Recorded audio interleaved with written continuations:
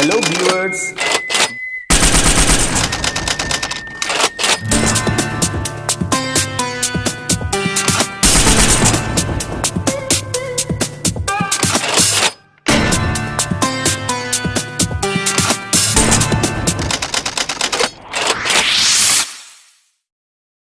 Today we are going to start with company accounts.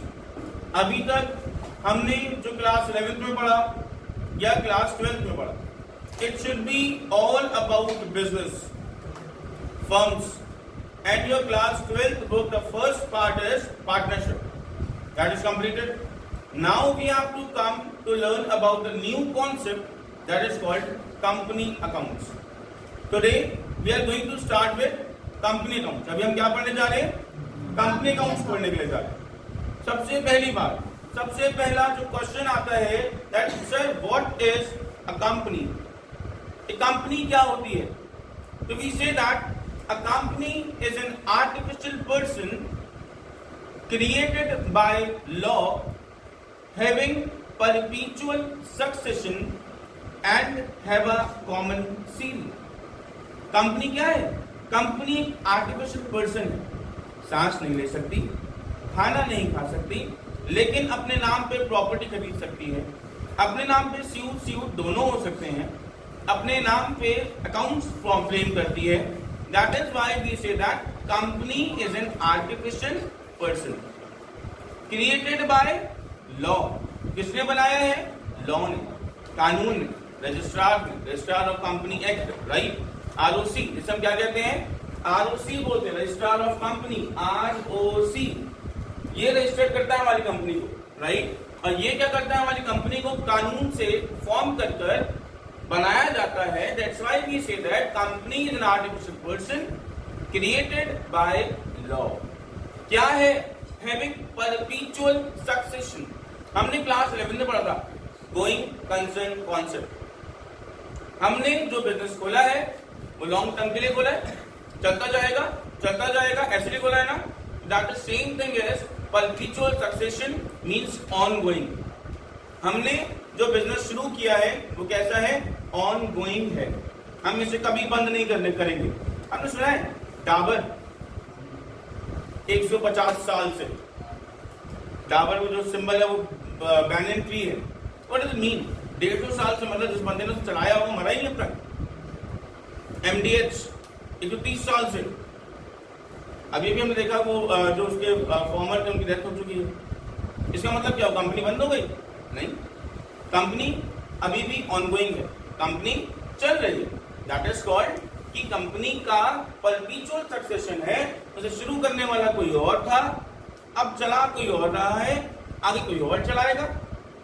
Ratan Tata जी की अगर बात कर लें, टाटा एम्पायर, चलाने वाले, शुरू करने वाले कोई और, चला कोई और रहा है प्रेजेंटली, उनके जाने के बाद कोई और चलाएगा. It should be a perpetual succession, means ongoing, right. And have a common seal. एक स्टील का एक इंस्ट्रूमेंट टाइप होता है जिसमें आगे गोल सी कंपनी की सील लगी होती है.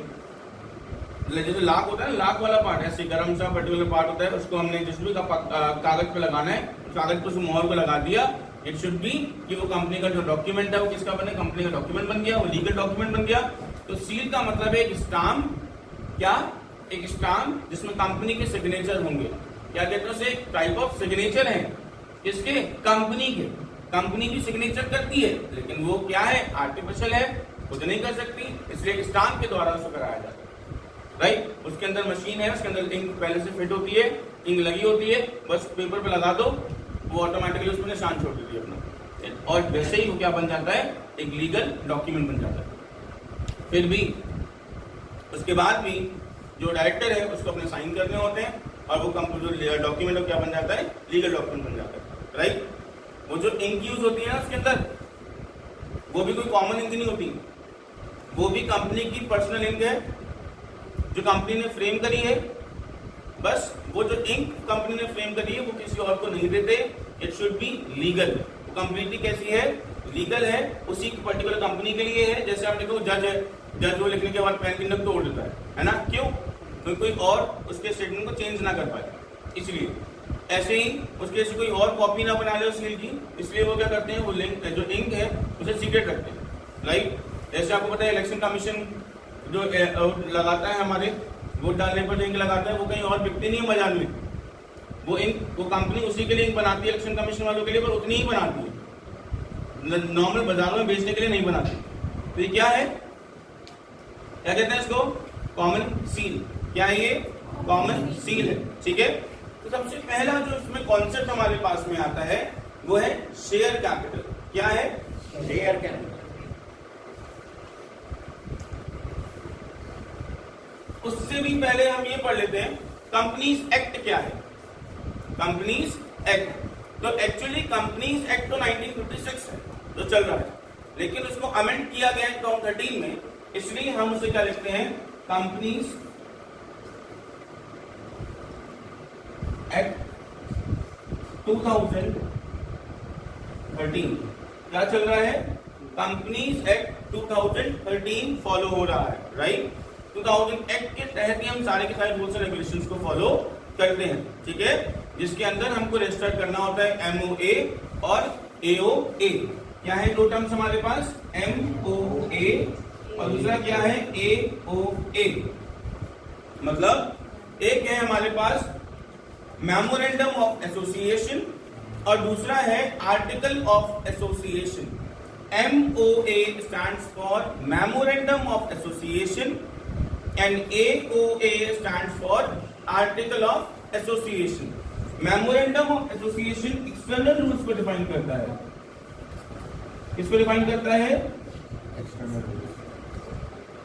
और AOA जो डिफाइन करता है उसे बोलते हैं इंटरनल रूल्स, राइट। तो दोनों में क्या फर्क है कि जब हम रजिस्ट्रेशन कराते हैं तो हमें इन दोनों में भी रजिस्टर करना होता है, टेबल A और टेबल B, जिसमें क्या करते हैं MOA मेमोरेंडम ऑफ एसोसिएशन, जो ये बताता है कि हम लोगों से बाहर वाले जो कंपनी के बाहर के लोग हैं उनसे डील कैसे करेंगे, और यहाँ पे कंपनी की इंटरनल रूल्स एंड रेगुलेशंस क्या होंगे उनको डिफाइन करने वाला कौन है, AOA। MOA का दूसरा नाम डॉक्ट्राइन ऑफ आउटडोर मैनेजमेंट भी है, और इसका दूसरा AOA का दूसरा नाम डॉक्ट्राइन ऑफ इंडोर मैनेजमेंट भी है। क्या है, doctrine of indoor management, doctrine of outdoor management, right. Clear है, ओके। नाउ सबसे पहली बात आता है शेयर कैपिटल क्या होता है, राइट। तो ऐसा पैसा जो शेयर इशू करने पर आता है that is called share capital. The amount which we receive after selling our shares, and whatever the amount we receive, it is known as share capital. But here in this concept, in this chapter, we have to learn about shares. Shares क्या? Share is a part of capital. Capital का एक टुकड़ा, capital का एक टुकड़ा। For example, मेरी capital है 10 lakh rupees की, कितने की है, 10 लाख रुपीस की, और मेरा जो शेयर है वो मैं शेयर कितने का बेचने वाला हूं, 100 रुपीस का। कितने का, 100 रुपीस का। तो दैट इज व्हाट, कि मैं ये कह सकता हूं कि 10,000 शेयर्स वी आर सेलिंग। हम कितने शेयर सेल कर रहे हैं, 10,000, जो एक कितने का है, 100 रुपए का, राइट। तो जो 100 रुपए है, जो 100 रुपीज आया, दैट इज कॉल्ड शेयर। वो क्या है, शेयर है। हमारी बड़ी सी कैपिटल का एक छोटा सा टुकड़ा क्या कहलाता है, शेयर कहलाता है, राइट। लेकिन जब हम शेयर्स को इशू करते हैं तो उसके लिए दो कॉन्सेप्ट हमारे पास आते हैं, एक है प्राइवेट कंपनी, एक है पब्लिक कंपनी। ये प्राइवेट कंपनी है और दूसरी पब्लिक कंपनी है। जनरली हम क्या लेके चलते हैं कि जो प्राइवेट कंपनी है वो अपने ही मेंबर्स को शेयर इशू कर सकती है, और पब्लिक कंपनी जनरल पब्लिक को शेयर इशू कर सकती है, राइट। क्या, जो प्राइवेट कंपनी है वो अपने ही मेंबर्स को शेयर इशू कर सकती है, लेकिन जनरल जो पब्लिक कंपनी है वो जनरल मेंबर्स को शेयर इशू कर सकती है, हमको भी कर सकती है। दैट इज वाई कि अगर मुझे कोई शेयर खरीदना है तो मैं अपना डीमैट अकाउंट खोलूं और शेयर खरीद लूं, राइट। सो बेसिकली हमारे पास प्राइवेट लिमिटेड और पब्लिक लिमिटेड में बेसिक कॉन्सेप्ट में बेसिक डिफरेंस क्या है उसके बारे में बात करते हैं। अगर उसके बारे में बात करें तो सबसे पहले अगर हम बोले तो प्राइवेट कंपनी, किसी भी कंपनी के पीछे अगर PVT LTD लिखा हुआ है तो वो प्राइवेट कंपनी है, मतलब प्राइवेट लिमिटेड। और किसी कंपनी के पीछे सिर्फ लिमिटेड लिखा हुआ है तो इसका मतलब वो गवर्नमेंट कंपनी है, वो लिमिटेड कंपनी है, राइट। हमारे हिसाब से मतलब रूल के हिसाब से प्राइवेट लिमिटेड सिर्फ मेंबर्स को शेयर इशू कर सकती है, लेकिन ये जनरल पब्लिक को शेयर इशू कर सकते हैं। यहाँ पे जो मिनिमम लिमिट है वो है 2% की। 2 लोग प्राइवेट कंपनी को शुरू कर सकते हैं, लेकिन यहाँ पर जो लिमिट है वो है 7 की मिनिमम। मैक्सिमम के लिए अगर प्राइवेट लिमिटेड की बात करें तो 200 कितने हैं 200 लोग मैक्सिमम हो सकते हैं प्राइवेट लिमिटेड में, लेकिन एक पब्लिक लिमिटेड कंपनी में जो नंबर ऑफ मेंबर्स होंगे वो है अनलिमिटेड। क्या है? अनलिमिटेड मेंबर्स है। तो बेसिक डिफरेंस क्या है? जो प्राइवेट लिमिटेड है उसमें 2 मिनिमम मेंबर्स होते हैं, वहां पे 7 मिनिमम मेंबर्स होते हैं, यहाँ पर 200 मेंबर्स होते हैं मैक्सिमम, वहां पर अनलिमिटेड होते हैं। दूसरी बात अगर हम करें तो प्रोसीजर, कंपनी को फॉर्मेशन करने के 4 स्टेप हैं। कंपनी को फॉर्म करने के 4 स्टेप हैं। पहला स्टेप है हमारा promotion of a company.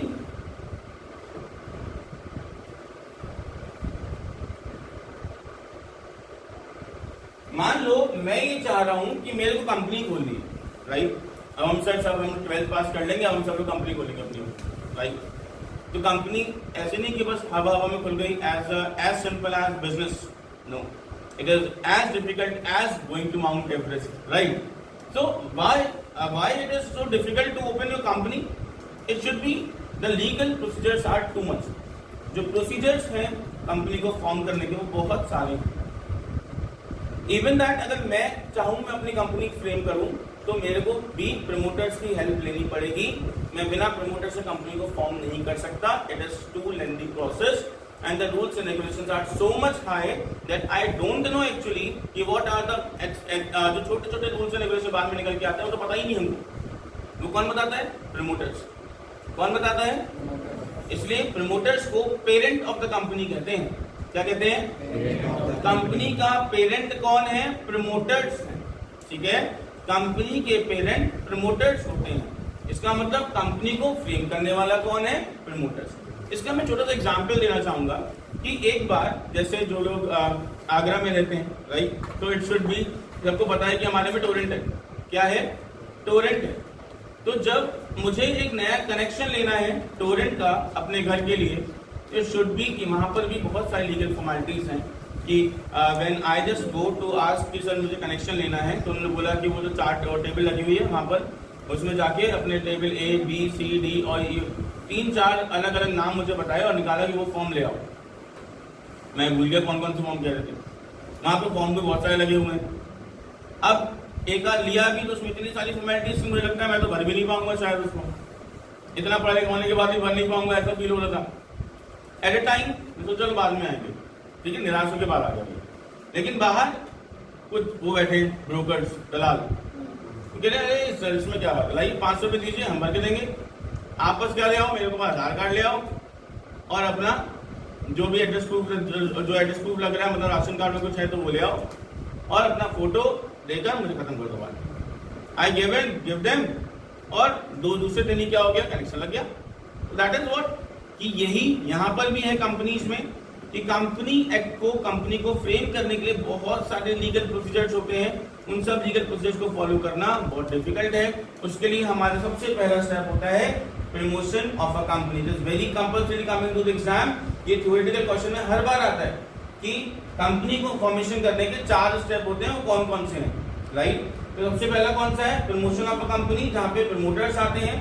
Company, ये भी क्वेश्चन बनता है, ऐसे कौन से लोग हैं जो कंपनी बनने से पहले ही अपॉइंट किए जाते हैं? ऐसा कौन सा खर्चा जो कंपनी के बनने से पहले ही होना शुरू हो जाता है? वो प्रमोटर्स का है। कंपनी सोच रहा हूं कंपनी खोलूंगा, उसके लिए कुछ लोग रखने पड़ेंगे, उनको सैलरी पहले से देना शुरू करना पड़ेगा। दैट इज व्हाट, वो कौन कहलाएंगे? प्रमोटर्स कहलाएंगे। कौन कहलाएंगे? प्रमोटर्स कहलाएंगे। तो क्योंकि उन्होंने कंपनी को फ्रेम कराया, इसलिए हम क्या बोलते हैं? पेरेंट ऑफ द कंपनी कहते हैं, right. So promotion of the company पहला स्टेप है। और सेकेंड स्टेप आता है इसके बाद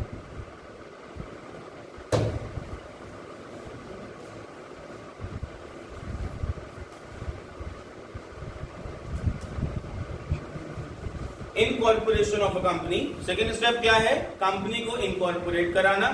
मतलब जैसे ही सारे के सारे नॉर्मल फॉर्मेलिटी, जो नाम कंपनी का क्या होना है, जो जितने भी मेंबर्स हैं, डायरेक्टर्स हैं, उन सबके नाम, उनका एड्रेस, उनकी क्वालिफिकेशन, उनके बाद रजिस्ट्रार की फीस, ये सबको देने के बाद हम कैसे किस स्टेप पे पहुंचेंगे? सर्टिफिकेट ऑफ इनकॉर्पोरेशन पे पहुंचेंगे। किससे पहुंचेंगे? Certificate of incorporation of a company पे पहुंचेंगे। ये जो स्टेप है, ये स्टेप आते ही जैसे ही रजिस्ट्रार की सारी फीस वगैरह पे कर दी, सारी फॉर्मेलिटीज हो गई, तो जो प्राइवेट लिमिटेड कंपनी होती है, वहां पे लड्डू बढ़ना शुरू हो जाते हैं। इसका मतलब आज से प्राइवेट कंपनी अपने ऑपरेशन शुरू कर सकती है, क्योंकि जो प्राइवेट कंपनी है वो सिर्फ 2 ही स्टेप्स को फॉलो करती है और पब्लिक कंपनी के लिए 4 स्टेप होते हैं, राइट। प्राइवेट कंपनी के कितने स्टेप? 2 स्टेप। पहला कौन सा? पहला है हमारा promotion of a company, second certificate of incorporation. दोनों ही स्टेप हो जाने के बाद प्राइवेट कंपनी फॉर्म हो चुकी है, वो अपने ऑपरेशन शुरू कर सकती है, राइट। क्लियर है? अब चलते हैं आगे, राइट। थर्ड, अब अगर हमारी प्राइवेट लिमिटेड तो बन गई, लेकिन पब्लिक लिमिटेड कंपनी है तो क्या करेंगे? तो थर्ड स्टेप आएगा कैपिटल सब्सक्रिप्शन। क्या आएगा?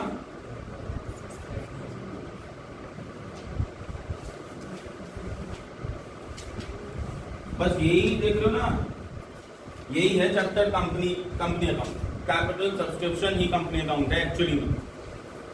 ये क्या है? यहाँ पे कंपनी को अपनी कैपिटल को ऑथोराइज कराने जाना पड़ता है। सेबी जो है वो क्या करती है? सेबी में अपने आप को रजिस्टर कराना होता है। सेबी गाइडलाइंस इशू करती है, कैसे शेयर इशू करने हैं, प्रोस्पेक्टस इशू करनी है, कितने का शेयर होगा, कितनी कैपिटल इशू कैपिटल होगी, ये सारी की सारी बातें कौन डिफाइन करता है? सेबी डिफाइन करता है, राइट। सेबी कौन है? सेबी है security exchange board of India. कौन है SEBI? Security exchange board of India. उसको सिक्योरिटी वॉचडॉग भी कहते हैं। क्या कहते हैं? Security watchdog. सिक्योरिटी मार्केट का एक, जैसे हमने सिक्योरिटी मार्केट का एक कुत्ता जो हमेशा कहाँ बैठा हुआ है? इंटरनेशनल बाउंड्रीज पे बैठा हुआ है। जैसे ही कोई भी अनफेयर प्रैक्टिस हो, तुरंत उस कंपनी को पकड़ लेता है। कौन? सेबी, राइट। लाइक बैंकों का bank Mahabank RBI, bankers bank RBI. इस तरीके से स्टॉक एक्सचेंज का सबसे बड़ा स्टॉक एक्सचेंज कौन? सेबी। ओके, सो अब ये जो स्टेप होता है कैपिटल सब्सक्रिप्शन का, यहां पर हमें क्या करना होता है? सेबी की गाइडलाइन के हिसाब से 90% पैसा एप्लीकेशन पे आना चाहिए। सेबी गाइडलाइन कहती है अगर मैंने कोई शेयर इशू करा, क्या इशू करा? शेयर इशू करा, और शेयर इशू करते वक्त जब मैंने जनरल पब्लिक को इन्विटेशन दिया तो लोगों ने, मैंने 1 लाख के शेयर इशू करे और लोगों ने कितना सब्सक्राइब किया? 85,000 का। कितने का? तो एट दैट टाइम सेबी की गाइडलाइन के हिसाब से मैं शेयर्स इशू नहीं कर सकता, क्योंकि सेबी कहती है कि 90% का सब्सक्रिप्शन होना जरूरी है। 1 लाख का 90% 90,000। अगर 90,000 होता तो मैं आगे शेयर इशू कर सकता था, अदरवाइज नहीं कर सकता। इसलिए कुछ केसेस बनाए गए हैं, अंडर सब्सक्रिप्शन और ओवर सब्सक्रिप्शन केसेस, जो हम जब क्वेश्चन करेंगे तो समझेंगे कि अंडर सब्सक्रिप्शन क्या होता है और ओवर सब्सक्रिप्शन क्या होता है। बट स्टिल हमें जानना है तो हम ये बात कर सकते हैं कि अंडर सब्सक्रिप्शन का मतलब होता है जब कंपनी ने शेयर ज्यादा इशू करे लेकिन लोगों ने सब्सक्राइब कम करे, ये कंडीशन है अंडर सब्सक्रिप्शन की। एक इशू कंडीशन ये भी आती है कि लोग बैठे हुए हैं कि कंपनी शेयर तो इशू करे तुरंत खरीद लेंगे, that is called over subscription होता है उसके पास। क्या होता है? ओवर सब्सक्रिप्शन होता है। इसे हम क्या कहते हैं? ओवर सब्सक्रिप्शन कहते हैं। जब कंपनी ने जो शेयर इशू करे उससे ज्यादा लोगों ने खरीद एप्लीकेशन भेज दिए, उसे क्या बोलते हैं? Over subscription. उस टाइम पर हमें क्या करना होता है? प्रो राटा अलॉटमेंट करना होता है। क्या करना होता है? Pro rata allotment. It is not pro data, it is pro rata. ठीक है, तो प्रो राटा अलॉटमेंट के बेसिस पर हम क्या कर पाएंगे? शेयर्स को अपने इशू कर पाएंगे। लेकिन अभी जो बेसिक कॉन्सेप्ट हमारा चल रहा है वो है हमारा कैपिटल सब्सक्रिप्शन का, जहां पे सेबी डिफाइन करती है कि हमें क्या करना है? 90% का ध्यान रखना है। लेकिन फिर भी उनकी तरफ से एक ऑफर है कि यू कैन डू। उस समय पर क्या होता है बेसिकली, जब हम शेयर इशू करने के लिए जा रहे होते हैं और 90% सब्सक्रिप्शन नहीं हो पाया, तब मैं क्या करूंगा? तो मैंने आपको बताया उस समय पर हम एक काम करेंगे कि भी हम लोग 3 लोगों को अपॉइंट करते हैं। जो कंपनी शेयर इशू करती है वो 3 लोगों को अपॉइंट करती है। पहला बैंकर, दूसरा ब्रोकर और तीसरा अंडरराइटर। बैंकर कौन है? जैसे अगर कोई लोग सामान मेरे जैसे किसी लोगों ने मेरा शेयर्स इशू खरीदे, पैसा देंगे ना, तो पैसा कौन एक्सेप्ट करेगा? बैंकर एक्सेप्ट करेगा, राइट। इसी प्रकार से अगर किसी ने शेयर्स बेचे तो बैंकर उसको पेमेंट करेगा। तो बैंकर का काम क्या है? एक्सेप्ट और गिविंग। यहाँ पे जो ब्रोकर है वो कौन है? He is a person who helps me to sell my shares. एक ऐसा बंदा जो मेरे शेयर्स को बिकवाने में काम करेगा, जो कमीशन दिया लेगा मुझसे, दैट इज कॉल्ड ब्रोकर। वो कौन है? ब्रोकर। और थर्ड पार्ट, सबसे बेस्ट पार्ट है अंडरराइटर। ये कौन है? ये they are the well wishers of our company. ये हमारी कंपनी के वेल विशर्स हैं। वेल विशर्स क्यों हैं? ये कहते हैं अगर आपकी कंपनी के शेयर्स 90% सब्सक्राइब नहीं हो पाए तो जितने भी कम होंगे वो हम खरीद लेंगे, तो आपके शेयर कितने हो जाएं? 90% हो जाए, राइट। तो अंडरराइटर्स कौन है? Underwriters are called the well wishers. Underwriters कौन है? अंडरराइटर्स वेल विशर्स हैं, जो क्या करते हैं, अगर हमारे 90% शेयर्स नहीं हो पा रहे हैं तो एट ए टाइम अंडरराइटर्स उन शेयर्स खरीद लेंगे और हमारा सब्सक्रिप्शन 90% तक पहुंचा देंगे, राइट। क्लियर है? कोई दिक्कत? ओके। और जो लास्ट पार्ट आता है जहां पे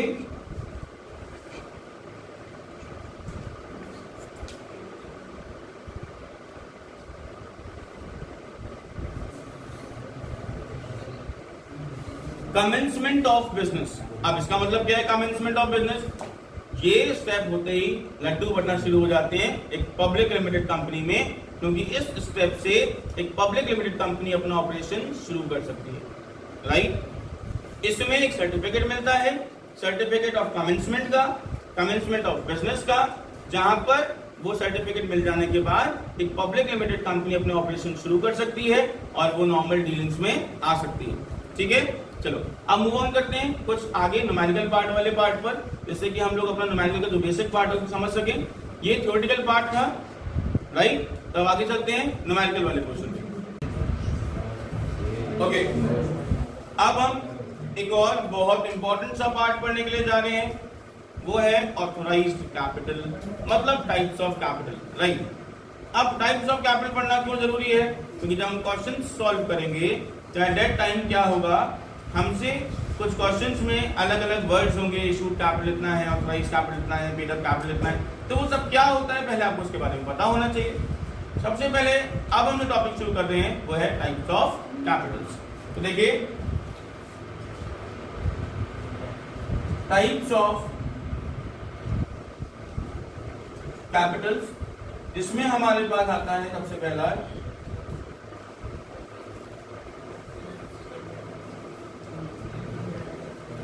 ऑथोराइज्ड कैपिटल। इस ऑथोराइज्ड कैपिटल का दूसरा नाम नॉमिनल कैपिटल भी है और रजिस्टर्ड कैपिटल भी है। क्या है? ऑथोराइज्ड कैपिटल भी है और रजिस्टर्ड कैपिटल भी है।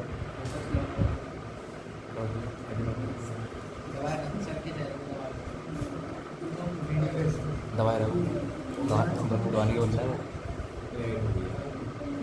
कैसे हो गया? सो ऑथोराइज्ड कैपिटल या फिर रजिस्टर्ड कैपिटल या फिर नॉमिनल कैपिटल। अब ये क्या होता है? तो देखिए सबसे पहले बहुत सिंपल से अगर हम एग्जांपल लेके बात करें कि मैं as a memorandum of association के पास गया, उन्होंने मेरी कैपिटल को ऑथोराइज किया कि आप कितना शेयर्स इशू कर सकते हो, क्या कितने शेयर्स मैं इशू कर सकता हूं, कितने रुपए के शेयर्स इशू कर सकता हूं, that amount is known as authorised capital. और रजिस्टर्ड कैपिटल जो कौन बता रहा है? एमओए बता रहा है, ठीक है। कहां पर रजिस्टर करा रहा हूं? आरओसी के पास रजिस्टर करा रहा हूं, रजिस्ट्रार ऑफ कंपनी, जो मुझे क्या बता रहा है? ऑथोराइज्ड कैपिटल मेरी क्या है। सपोज फॉर एग्जांपल मुझे मेरे अकॉर्डिंग टू दैट मेरे को कितना रुपए का ऑथोराइज्ड कैपिटल मिला? 10 लाख रुपीस का ऑथोराइज्ड कैपिटल मिला कि मैं अपनी कंपनी के 10 लाख तक के शेयर्स को इशू कर सकता हूं, राइट। ये क्या है? Authorised capital, the maximum limit by which we can issue shares, it is known as authorized capital. Right? Clear है? Okay. Now, दूसरी बात, authorized capital हो जाने के बाद हमारा सेकेंड पार्ट आता है, वो है issued.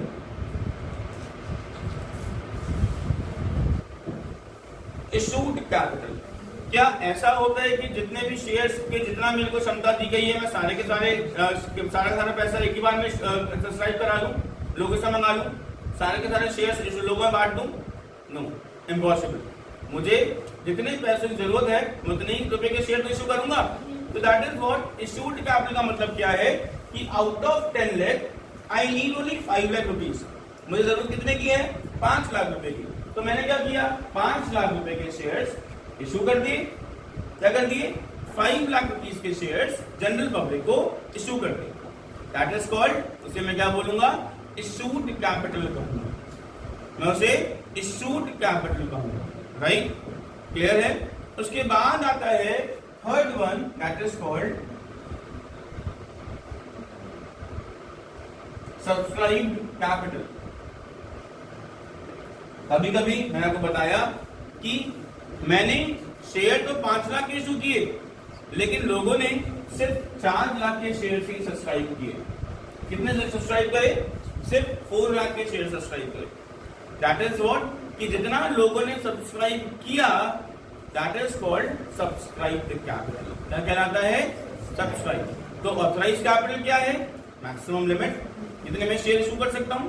इशूड कैपिटल क्या है? जितने रुपए के शेयर मैंने इशू किए वो इशूड कैपिटल. जितने लोगों ने खरीद लिए वो सब्सक्राइब्ड कैपिटल. राइट? क्लियर है? नेक्स्ट आता है कॉल्ड अप,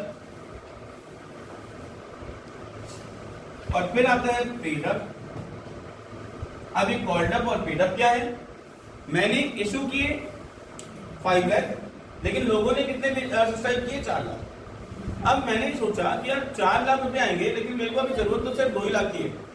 2 लाख की अगले महीने पड़ेगी. तो बेटर करता हूं ऐसा कि अभी मैं 2 लाख रुपए मंगा लेता हूं. कितने मंगा लेता हूं? सिर्फ 2 लाख. तो दैट इज व्हाट कि मैंने सबसे पहले कहा कि मुझे सिर्फ 2 लाख रुपए भेज दो, 2 लाख रुपए बाद में मंगाएंगे. तो एक 2 लाख रुपए क्या होगा? Called up. मैंने जब शेयर इशू किए तो सामने वाले सब्सक्राइब किए 4 लाख के, फिर मैंने उनको बोला कि अभी मेरे को ज्यादा पैसे की रिक्वायरमेंट नहीं है, तो अभी 2 लाख रुपए आपसे कॉल्ड अप करा रहा हूं. तो वो 2 लाख रुपए जो आए वो कॉल्ड अप है. लेकिन क्या हुआ? कुछ लोग ऐसे भी निकले जिन्होंने कहा कि साहब 2 लाख तो नहीं, 1,80,000 भिजवा दें, फिर 20,000 बाद में भिजवा देंगे. तो दैट इज व्हाट कि जिन लोगों ने इतने पैसे हमारे पास भेजे, ये उनकी तरफ से पेड अप कैपिटल है कि हमारे पास कितने आए? 1,80,000 रुपए आए. That is called my paid up capital. Right? So what we have? Authorized capital. Then we have issued capital.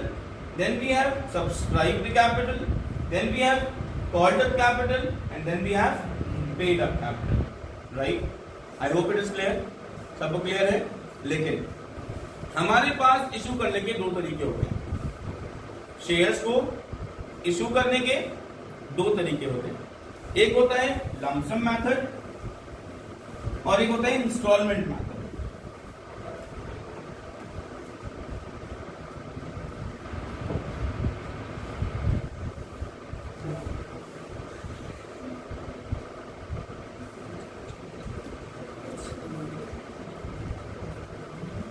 अब लमसम मेथड क्या है और इंस्टॉलमेंट मेथड क्या है? बेसिकली इंस्टॉलमेंट मेथड यूज होता है. बेसिकली कौन सा मेथड यूज होता है? इंस्टॉलमेंट.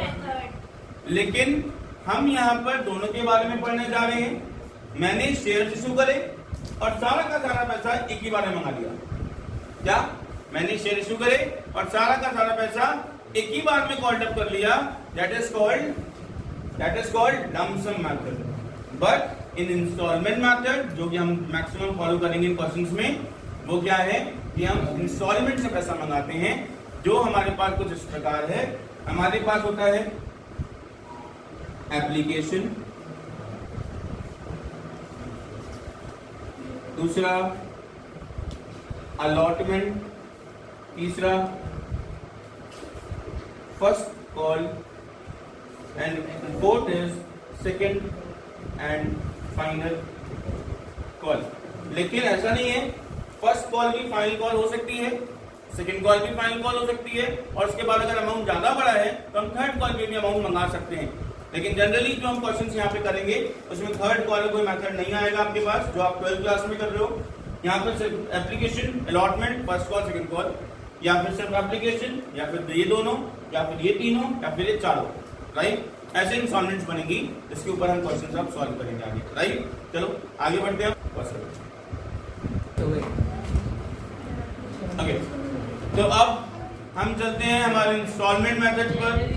उसमें भी हमारे पास कुछ एंट्रीज होती हैं, उन एंट्रीज को हमें करना है।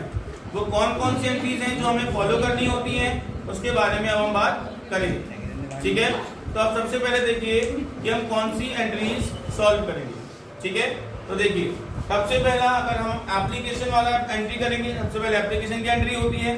तो एप्लीकेशन पे रिसीव की एंट्री पहले और ड्यू की एंट्री बाद में होती है, राइट। बाकी सब में ड्यू की एंट्री पहले और रिसीव की एंट्री बाद में होती है। जैसे फॉर एग्जांपल सबसे पहले हमारे पास जो एंट्री होती है वो होगी bank account debit to share application account, right. ये क्या हुई? Being money receive, right. मतलब जब हमने शेयर इशू किए तो जितने रुपए के शेयर मुझको मिले वही क्या कहलाता है? शेयर एप्लीकेशन मनी कहलाता है, राइट। तो जितने पैसे मुझे मिले मैं वो यहाँ पर सॉल्व करूंगा। इसको आपको जनरल एंट्री के फॉर्मेट में सॉल्व करना है, जो आप 11th क्लास में जनरल एंट्री का फॉर्मेट फॉलो करते थे, या फिर रिजोल्यूशन में, रिटायरमेंट में और एडमिशन में आपने फॉलो किया है। वही मात्र जनरल एंट्री का यहाँ पे भी फॉलो करेंगे। तो पहली एंट्री क्या हुई? पैसे को रिसीव करने की। दूसरी एंट्री हम ड्यू की करते हैं, ट्रांसफर ही करते हैं। तो वो एंट्री क्या होती है? वो देखिए, share application account debit to share capital account. तो देखिए, bank account debit to share application और share application account debit to share capital. ये क्या है? ट्रांसफरिंग की एंट्री, मतलब पैसा हमारे पास कितना रिसीव हुआ, कितना आना चाहिए था, ओवर सब्सक्रिप्शन हुआ तो ओवर सब्सक्रिप्शन केस करेंगे। यहाँ पर इसी में एडजस्टमेंट होता है, जो हम आई क्वेश्चन आने पर आपको बताएंगे। अभी ये नॉर्मल सा दो एंट्रीज हैं, तो जिसकी है एप्लीकेशन की है। एप्लीकेशन कितनी एंट्री? 2। अलॉटमेंट कितनी एंट्री? 2। फर्स्ट कॉल कितनी एंट्री? 2। सेकंड कॉल कितनी एंट्री? 2। तो दैट इज व्हाट, ये हो गई हमारी 2 एंट्री। उसके बाद हम अलॉटमेंट करने वाले हैं। तो अलॉटमेंट में आपको बताया कि सिर्फ एप्लीकेशन में ही बैंक की एंट्री पहले होती है रिसीव की, बाकी सब में ड्यू की एंट्री पहले होती है। सबसे पहले हम अलॉटमेंट की एंट्री करने वाले हैं। ये दोनों किसकी हैं? लिख देता हूं यहाँ पे, एप्लीकेशन की एंट्रीज हैं। किसकी हैं? एप्लीकेशन की। अब हम आगे बढ़ते हैं अलॉटमेंट पर।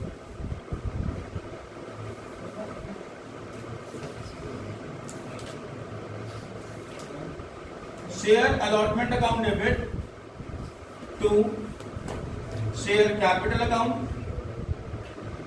Allotment account debit to share capital account. ये हो गई हमारी ड्यू की एंट्री। सिमिलरली हम यहाँ पे रिसीव की एंट्री भी करेंगे, वो होगी bank account debit to share allotment account. क्या करें हमने? Bank account debit to share allotment account, right. इसके बाद अगर फर्स्ट कॉल करी है तो फर्स्ट कॉल की एंट्री भी होने वाली है सेम। सबसे ये पहले कहता हूं मैं यहाँ पे किसकी एंट्री थी? अलॉटमेंट की। अब हम करेंगे share first call account debit to share capital account, और इसी तरीके से रिसीव की एंट्री होगी bank account debit to share first call account. ये हो गई हमारी फर्स्ट कॉल की एंट्री। तो ये हो गया हमारा एप्लीकेशन का पार्ट, ये हो गया अलॉटमेंट का पार्ट, और ये हो गया फर्स्ट कॉल का पार्ट। अगर सेकंड कॉल करेंगे तो बस यहाँ पर सेकंड लिख देंगे और यहाँ पे सेकंड लिख देंगे, आगे सब कुछ सेम रहेगा। लेकिन जैसे अभी हमारी फाइनल कॉल नहीं है, अगर फाइनल कॉल होगी तो हम क्या करेंगे? Share second and final call account debit to share capital bank account debit to share second and final call account, right. So इस तरीके से इस फॉर्मेट में हमको अपने एंट्रीज को सॉल्व करना होगा। इसमें कुछ और भी पार्ट जुड़ने वाले हैं, जैसे calls in arrear, calls in advance, security premium reserves, discount, ये सारा का सारा पार्ट भी अभी हम लोग सॉल्व करेंगे आगे, राइट। तो उसके लिए subscribe to my channel and you today have a nice day.